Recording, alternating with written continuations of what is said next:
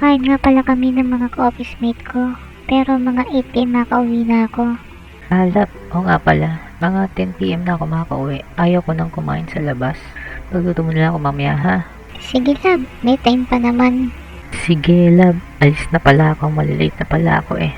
Wait love, anong gusto mong ulam? It's up to you, love. Ang weird ha.